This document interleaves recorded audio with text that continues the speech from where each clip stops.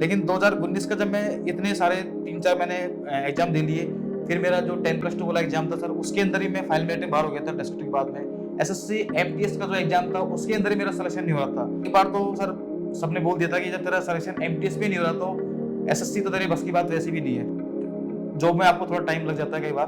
तो मेरे साथ यही हुआ कि उस टाइम लग गया था लॉकडाउन, और उस वक्त फिर दिल्ली मेट्रो के अंदर वैकेंसी को सर कैंसिल कर दिया। फिर मुझे लग गया था कि सर शायद हो सकता है कि मेरी किस्मत में गवर्नमेंट जॉब है ही नहीं।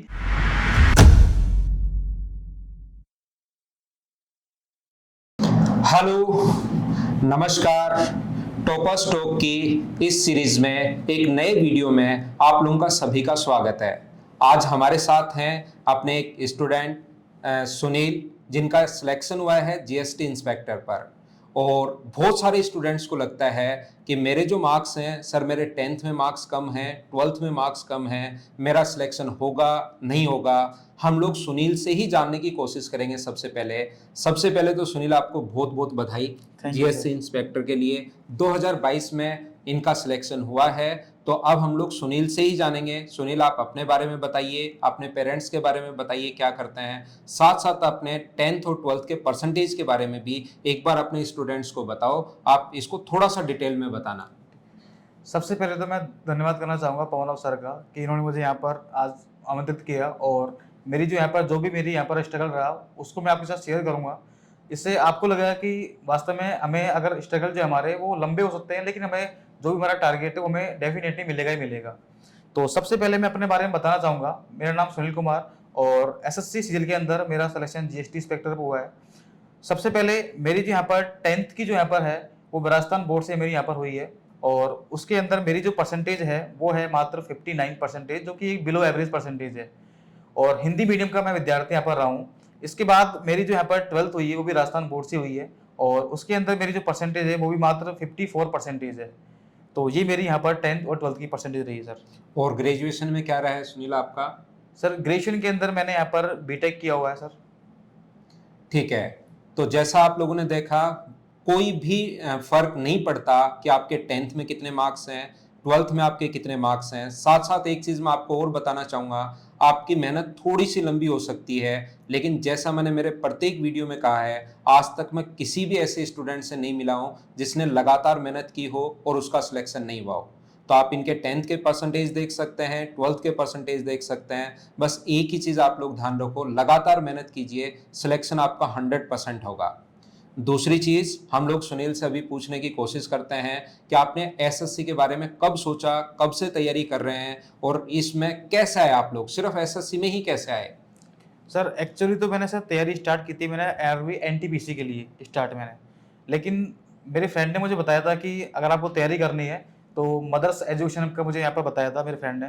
तो वहाँ जाकर मैंने पूछा वहाँ पर कोचिंग के अंदर काउंटर पर, तो वहाँ पर मुझे बताया कि अगर आप एसएससी की तैयारी करते हैं तो आपको यहाँ पर उन्होंने बताया कि एक तो बहुत अच्छी आपकी इसमें वैकेंसी होती है, इंस्पेक्टर वगैरह की बहुत सारी। इतनी उस टाइम मुझे नॉलेज थी नहीं।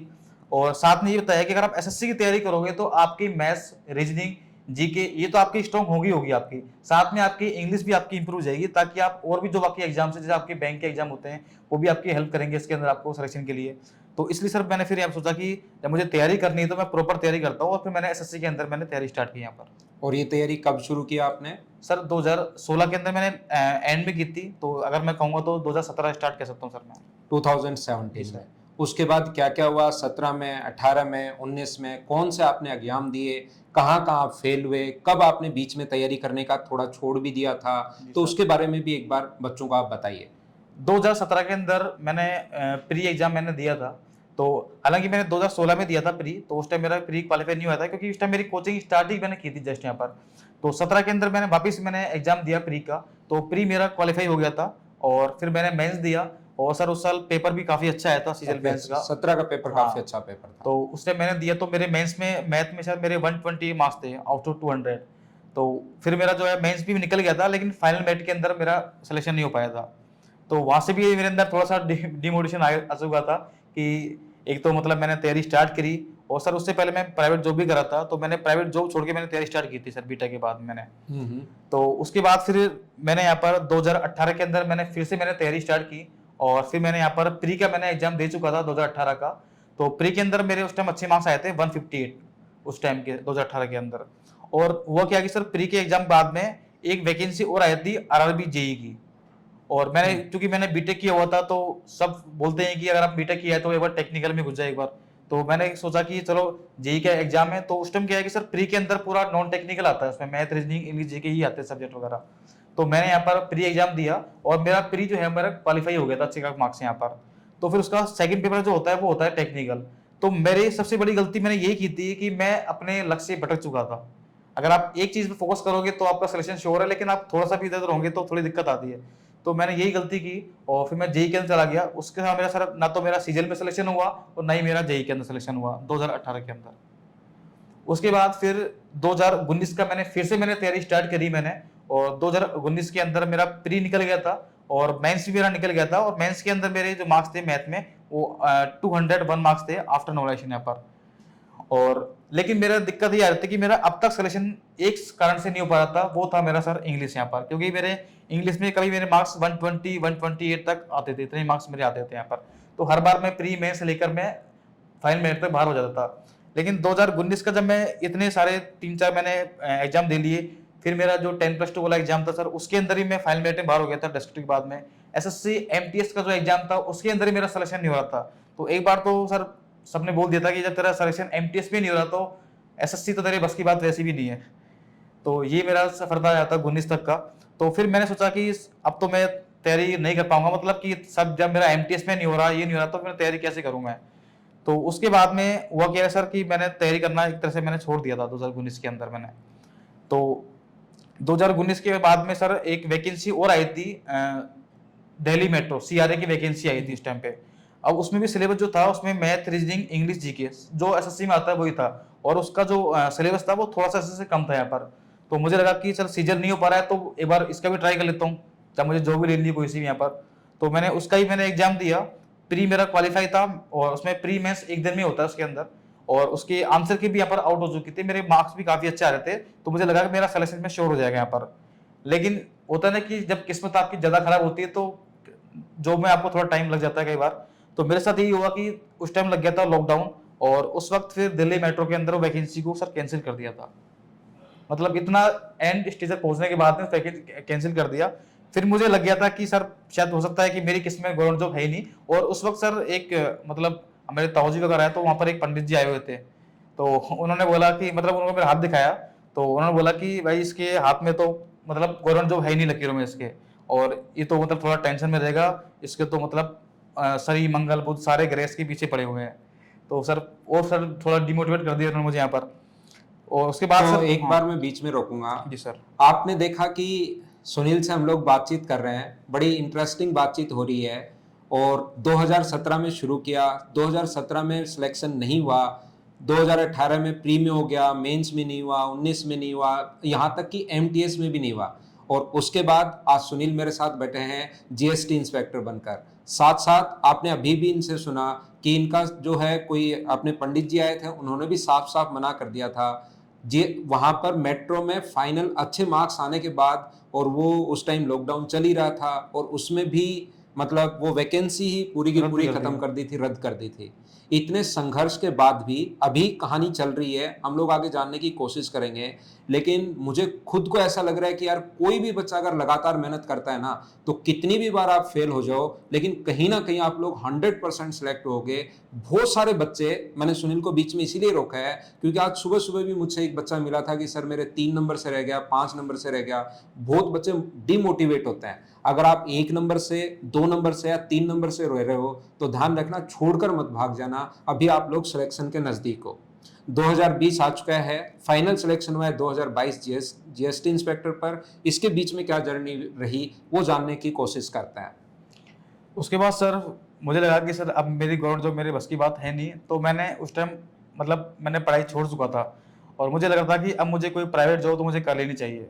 लेकिन दिक्कत क्या थी कि उस टाइम लगा हुआ था सर लॉकडाउन, तो उस टाइम तो प्राइवेट जॉब करना पॉसिबल था नहीं। तो उस टाइम सर फिर मैंने अपना एक यूट्यूब चैनल मैंने स्टार्ट किया कि कम से कम क्या पता बाद में चल जाए और मेरा खर्चा पानी निकल जाए यहाँ से। ठीक बात। तो सर मैंने द वन स्टडी पॉइंट नाम से मेरा मैंने चैनल स्टार्ट किया। और अब उसमें भी सर स्ट्रगल तो हर जगह ही है सर, आप प्राइवेट में हो चाहे आप गवर्नमेंट में हो। तो वहाँ पर मैंने स्ट्रगल किया और 5-6 महीने तक कोई भी यहाँ पर रेस्पॉन्स नहीं मिला मुझे यहाँ पर भी। और फिर उसके बाद सर फिर एक आरआरबी एनटीपीसी की सर वैकेंसी हो रही थी यहाँ पर, उसी टाइम पे आई थी। तो उसका मैंने फॉर्म लगा दिया।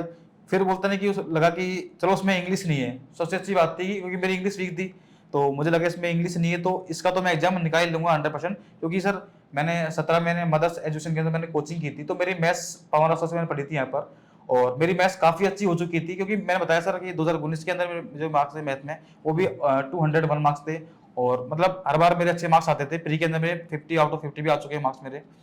तो मुझे लगा कि चलो मैं एनटीपीसी से मैं 100% निकाल लूंगा यहाँ पर, इतना मुझे श्योर था यहाँ पर। तो एनटीपीसी का उस टाइम एग्जाम था, तो मैंने वो उस टाइम से लॉकडाउन लगा हुआ था, तो एग्जाम भी थोड़ा लेट हुआ था उस टाइम पे। तो 2020 के अंदर उसका प्री एग्जाम हुआ था। तो प्री के अंदर से उसमें लेवल 2, लेवल 3, लेवल 5, लेवल 6 सबकी कट ऑफ अलग अलग निकली थी उसके अंदर, और मेरी किस्मत अच्छी रही थी और मेरी मेहनत भी थी, तो मैंने सारे लेवल मेरे यहाँ पर प्री के निकल गए थे सर। फिर उसके बाद फिर से लॉकडाउन लग गया था, तो उसके बाद फिर मैंने क्या किया सर, मैंने फिर अनअकैडमी वगैरह मैंने तो ज्वाइन कर लिया था यहाँ पर, क्योंकि अपने जो फैमिली कंडीशन भी उतनी थी नहीं, तो मैंने यहाँ पर अपना पढ़ाना स्टार्ट किया, थोड़ा सा खर्चा पानी मेरा निकलना स्टार्ट हो गया था यहाँ से। तो उसके बाद क्या हुआ कि अनअकैडमी ज्वाइन करने के बाद में मुझे लगा कि जब एनटीपीसी की तैयारी करनी है तो मुझे थोड़ा बहुत ये स्किप करना पड़ेगा एक बार, क्योंकि या तो आप प्राइवेट जॉब कर लो या आप तैयारी कर लो, यही हो सकता था। तो फिर मैंने वापस से मैंने अनअकैडमी को मैंने स्टॉप किया और मैंने सोचा कि एनटीपीसी में प्रॉपर तैयारी करता हूँ। फिर मैंने मेंस के लिए मैंने खुद ने सेल्फ स्टडी मैंने वापस स्टार्ट की मैंने, और सेल्फ स्टडी के अंदर मैंने फिर एनटीपीसी मेंस यहाँ पर मैंने ऑफलाइन तो नहीं की मैंने कोचिंग, लेकिन ऑनलाइन के अंदर मैंने यूट्यूब से मैंने सर जैसे पवन राव सर की वीडियो थी यहाँ पर, वो उनसे मुझे काफ़ी हेल्प मिली थी यहाँ पर। जीके के अंदर भी सर आपके चैनल पर मैंने देखा था यहाँ पर, तो वहाँ से मुझे काफ़ी हेल्प मिलती गई यहाँ पर। और उसके बाद क्या हुआ कि मेरा जो मेंस था यहाँ पर वो भी मेरा एग्जाम हो चुका था, और मेरे काफ़ी अच्छे मार्क्स आए थे मेंस के अंदर भी, एनटीपीसी के अंदर भी। तो उसके अंदर मेरा लेवल 5, लेवल 3, लेवल 2 सारे लेवल मेरे क्लियर थे मेंस के अंदर भी सर। तो लेकिन उसके बाद भी लेवल 6 के अंदर सर स्टेशन मास्टर की जो पोस्ट होती है उसके अंदर एक टेस्ट होता है साइको टेस्ट। अब उसके अंदर भी क्या होता है कि 5 सेक्शन होते हैं, तो 5 सेक्शन में से क्या होता है कि आपको 5 सेक्शन पास करने पड़ते हैं, मतलब एक तरह से आपका वो टेस्ट ही होता है। तो उसमें मेरा एक सेक्शन के अंदर मेरा सर फेल हो गया मैं उसके अंदर, तो मेरी जो प्री मेंस की पूरी मेहनत थी वो पूरी खराब हो गई यहाँ पर भी। और फिर जो नीचे वाली पोस्ट थी लेवल 5 वगैरह उसके अंदर सर मैं टाइपिंग में रह गया, तो वहां से मेरा पूरा खेल खत्म हो गया ऊपर। पूरी मेरी जो पूरी मेहनत थी वो पूरी खत्म हो चुकी थी, और ये भी स्टेज मेरी ऐसे आ चुकी थी कि अब मेरी बस की बात नहीं थी कि मैं अब तैयारी कर पाऊँ आगे। तो देखिए, एक स्टूडेंट कितनी तैयारी भी करता है, एक इंसान मतलब तैयारी करता है, अपनी फैमिली को भी देखना है, खुद का खर्चा भी देखना है। जब सिलेक्शन नहीं हो रहा था, लॉकडाउन लग चुका था, तो सुनील ने एक यूट्यूब चैनल भी शुरू किया और वो अभी भी चला रहे हैं, जिस पर गवर्नमेंट जॉब्स के लिए ये अपडेट देते रहते हैं। तो उसको भी शुरुआत में इतना वो नहीं मिला, उसके बाद धीरे धीरे यूट्यूब चैनल भी थोड़ा चलना शुरू हुआ। इनको अनअकैडमी ने अप्रोच किया मैथ्स पढ़ाने के लिए, वहाँ पर थोड़े दिन मैथ्स पढ़ाया ताकि खर्चा पानी निकलता रहे, क्योंकि बहुत मुश्किल होता है एक इंसान के लिए, मतलब इतना लंबा संघर्ष करना, और उन सारी चीज़ों को खुद ही मैनेज करना पड़ता है। दूसरा कोई भी आपके लिए मैनेज नहीं करता, खुद ही सारी चीज़ों को मैनेज करना पड़ता है। उसके बाद इन्होंने यूट्यूब चैनल पर अपडेट दिए, पढ़ाना शुरू किया। उसके बाद आपने खुद ने देखा कि रेलवे में फाइनल सिलेक्शन होते होते रह गया, कि बहुत अच्छी तैयारी की और रेलवे में सिलेक्शन नहीं हुआ, लेकिन इनकी डेस्टिनी कहीं और थी और 2022 में फाइनल बने जीएसटी इंस्पेक्टर। ये थी सुनील की थोड़ी सी संघर्ष की कहानी। अब हम लोग जानने की कोशिश करते हैं आप लोगों के लिए, क्योंकि आप लोग ये वीडियो देखते हैं कि सर हम लोग कैसे तैयारी कर सकते हैं मैथ्स, रीजनिंग, जीके, इंग्लिश की। तो इंग्लिश तो सुनील ने बड़े संघर्ष के बाद सीखी है, और ऐसा हमेशा नहीं होता कि सिलेबस अगर थोड़ा बहुत चेंज होता है, पैटर्न अगर चेंज होता है तो हर बच्चे का ही नुकसान हो। बहुत सारे बच्चों का उससे फायदा भी होता है। परिवर्तन हमेशा अच्छे के लिए ही होता है। तो अब हम लोग आगे बढ़ते हैं। टेस्ट सीरीज की हम लोग सुनील से बातचीत करने की कोशिश करेंगे कि टेस्ट सीरीज का कितना योगदान है सिलेक्शन के लिए, और कैसे एक बच्चा टेस्ट को अटेम्प्ट करे। सर ये कह सकते हैं सर कि अगर आप किसी भी गवर्नमेंट एग्जाम की तैयारी कर रहे हो, खासकर एसएससी की यहाँ पर, क्योंकि सर एसएससी में क्या होता है कि जितनी आप प्रैक्टिस करोगे उतने ही आपके मार्क्स यहाँ पर इंक्रीज होते हैं यहाँ पर। तो मेरा सर ये था कि मैं वीक के अंदर 3 मॉक तो आराम से देता था, कभी 3 या 4, तो क्योंकि मेरा होता था कि 3-4 मॉक देने के बाद में मैं जो मेरी यहाँ पर कमी होती थी सर उसको मैं यहाँ पर एनालिसिस करता था। अगर आप मॉक टेस्ट दे रहे हो, सिर्फ यहाँ पर टेस्ट देकर के आपने छोड़ दिया तो वो कोई काम का नहीं है आपका। अगर आपने 1 घंटे का मॉक दिया है तो आप कम से कम 1.5 से 2 घंटे उसको एनालिसिस करो, और उसके अंदर आप मार्क करिए कि ऐसे कौन से क्वेश्चन है जो आपको यहाँ पर बार बार परेशान कर रहे हैं, या फिर ऐसे कौन से क्वेश्चन है जो आपसे मतलब आपको आते हैं लेकिन आपको टाइम टेकिंग आपको लग रहा है उसके अंदर। तो सर उनको मैं कॉपी के अंदर मैं नोट डाउन कर लेता था उसके अंदर। और उसके अलावा जैसे जीके की बात करते हैं तो जीके के अंदर सर मेरे इसमें जो टॉपिक थे यहाँ पर, मुझे लग रहा है कि ये टॉपिक बार बार इसके क्वेश्चन रिपीट हो रहे हैं करंट के, तो सर उसको मैं यहाँ पर लिख लेता कि ये टॉपिक मुझे अपना कवर करना है, ये मेरा वीक पॉइंट है यहाँ पर। मैं यहाँ पर एक बात और ऐड करना चाहूँगा, सीजीएल 2017 के अंदर मैंने यहाँ पर एग्जाम मैंने स्टार्ट किया था और 17 का मैंने एग्जाम दिया। 17 के अंदर मैंने सीजीएल, सीएसएल और एमटीएससी मैंने एग्जाम दिए थे, किसी में सिलेक्शन नहीं हुआ। 18 के अंदर मैंने तीनों एग्जाम दिए, यहाँ पर मेरा सिलेक्शन नहीं हुआ। 19 के अंदर मैंने तीनों एग्जाम दिए, इनके अंदर मेरा सिलेक्शन नहीं हुआ यहाँ पर। और उसके बाद मैंने यहाँ पर 2020 और 2021 के अंदर मैंने फॉर्म नहीं लगाए, क्योंकि मुझे लग चुका था कि मेरा जो जर्नी है शायद आगे नहीं बढ़ पाएगी, क्योंकि इतने फेलियर इंसान देखता है तो उसको लगता भी है और डिमोटिवेट भी होता है। लेकिन फिर भी मैंने यहाँ पर 2022 के अंदर एक वैकेंसी को देखते हुए और फिर मैंने यहाँ पर मदर्स एजुकेशन हब मैंने यहाँ पर ज्वाइन की। और मुझे लगा कि अगर मैं ऑफलाइन कोचिंग ज्वाइन करूंगा, पवन सर से यहाँ पर एक बार साथ में ऑफलाइन पढ़ूंगा, तो मेरे अंदर थोड़ा सा अंदर एक मोटिवेशन मिलेगा, तो इसलिए मैंने यहाँ पर ऑफलाइन कोचिंग ज्वाइन की। और 2022 के अंदर मैंने काफी मेहनत करी और उसके बाद मुझे यहाँ पर आज जीएसटी इंस्पेक्टर मुझे यहाँ पर पोस्ट आखिर मिली गई, जो कि मेरा एक सपना था यहाँ पर। तो ये थी सुनील की कहानी। जैसा हम लोग बोलते हैं कि हर बंदे पर मूवी बन सकती है, हर बंदा इतनी मेहनत करता है, बस मूवी कुछ लोगों पर ही बन पाती है। हर बंदा संघर्ष करता है और सुनील को इस संघर्ष के लिए सैल्यूट। और मतलब बहुत दिल से बहुत सही लगता है यार, इतना बंदा संघर्ष करने के बाद अगर एक पोस्ट पर पहुंचता है, जो पोस्ट उसको चाहिए, जो सपना 2017 में देखा था वो सपना जाकर पूरा होता है 2022 में। 17 में थोड़ा सा तैयारी शुरू ही की थी। मैं प्रत्येक स्टूडेंट को साथ साथ ये भी बताना चाहूंगा कि जैसे आप लोग ग्रेजुएशन करके आते हो, आपको लगता है अभी तो मेरे पास 2 साल हैं, 3 साल है, वो 2-3 साल कब निकल जाते हैं पता ही नहीं लगता। और जैसे ही 2 या 3 साल निकल जाते हैं तो फिर उसके बाद थोड़ी थोड़ी घबराहट भी होनी शुरू होती है कि अभी तक मेरा सिलेक्शन क्यों नहीं हुआ। फिर आप इधर भागते हैं, उधर भागते हैं, ये दे दिया, ये एग्जाम दे दिया, ये वाला एग्जाम दे दिया, और फिर कहीं पर नहीं होता है। लेकिन उससे परेशान होने की जरूरत नहीं है। उस टाइम आप अपनी जिंदगी की सबसे ज्यादा मेहनत कर रहे होते हैं। आप लगातार उस पोस्ट के लिए जिसके लिए आप तैयारी करना चाहते हैं बने रहिए। बहुत बहुत बधाई सुनील आपको। Thank you sir. Thank you.